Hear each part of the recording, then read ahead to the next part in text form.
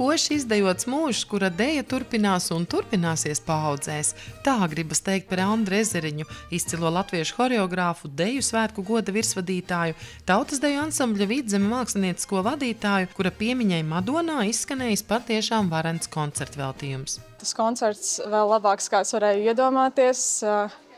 Pašās beigās trompete, vecstāva mīļākais instruments, ļoti emocionāli. Man tagad sirds sitas tā straujāk, jā. Es esmu pilnīgā šī vakara koncerta varā. Un es pilnīgi skaidri sajūtu, ka Andris ir lepns, stalts, ar milzīgu pašapziņu. Viegli nebija, jo Andris bija tas, kurš nemīlēja rakstīt aprakstus, un mums principā bija gandrīz nekas, tikai dažu koncertu video materiāli, kuri vecajās kasetēs jau sāka švīkāties un skaņa dažam labam vispār vairs nebija. Nu, un pēc atmiņām, pēc tiem video, ko jau mēs varējām, tas bija mūsu, principā, mērķis restaurēt, saglabāt kā mantojuma vēsturē, lai nepazūd. Tie ir svētki kopā ar Andri un tāda mazliet atcerēšanās un aiziešana nedaudz pagātnē, visa uzburšana, tas, kā viss ir gājis, un atcerēšanās gan kā par viņu, gan par viņas sievietēm un visu dzīvi. Un, protams, pēc tam, kad viņš kļuva vadītājs, viņš kļuva zvaigzne, bet tas jau nemaina viņa būtību. Viņš palika cilvēks. Koncerta veltījums radīja neaizmirstamas īpaši jaudīgas sajūtas, kas staroja no 34 Madonas noda kolektīvu 650 dejotājiem, bet pāri visam no Ezeriņa atstātā dejas mantojuma un cilvēku atmiņām.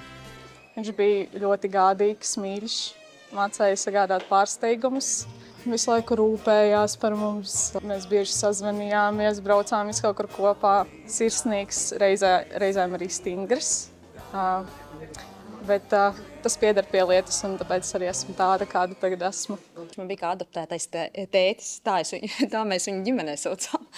Viņš bija ļoti sirsnīgs, viņš rūpējās par katru dejotāju, par visu kolektīvu un par katru. Puišiem viņš tur vienmēr jautāja, vai jūs esat pāēduši un nesa bulciņus. Rūpējās par fizisko formu visiem, tur slēpot lika. Mīļš, sirsnīgs, stingrs, mērķtiecīgs. Man. Pirmām kārtām viņš bija lubānietis. Tur viņam dēli piedzima, tur viņam ģimene, viss bija. Un viņš bija basketbola treneris man un deju skolotājs. Andris iedeva basketbolu to vīrišķīgumu puišiem un koordināciju un visu. Un visiem bija kontakts ar viņu. Un tas bija superīgi. Es pat dirs esmu dabūjis ar lecamaukliņu fiskultūrā pie viņa, ja? Un viņš arī mēģināja, viņš pateica, ko domā. Viņš iemācīja būt vīrišķīgiem, meitenēm arī sievišķīgām un nes savu dzīvē.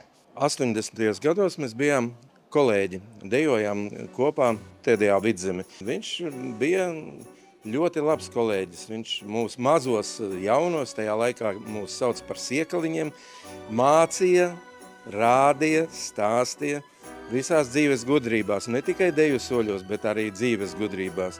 Viņš bija vienkārši kolosāls cilvēks. Andris bija no tiem cilvēkiem, kas nekad nevienam neklinījās.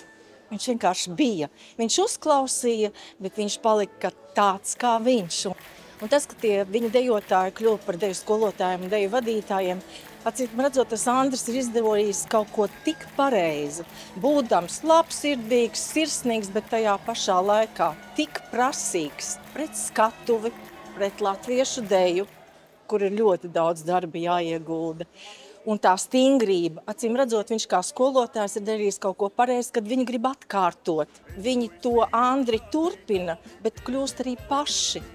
Un kamēr vien būs tādas personības kā Andris, tie dejotāji un deju svētki ir drošās rokās, un tā tradīcija turpināsies. Vēl tikai jāuzsver, ka Andra Ezeriņa atstātajā mantojumā ir saules deja, ar ko savulaik aizsākās laukuma zīmējuma vēsture.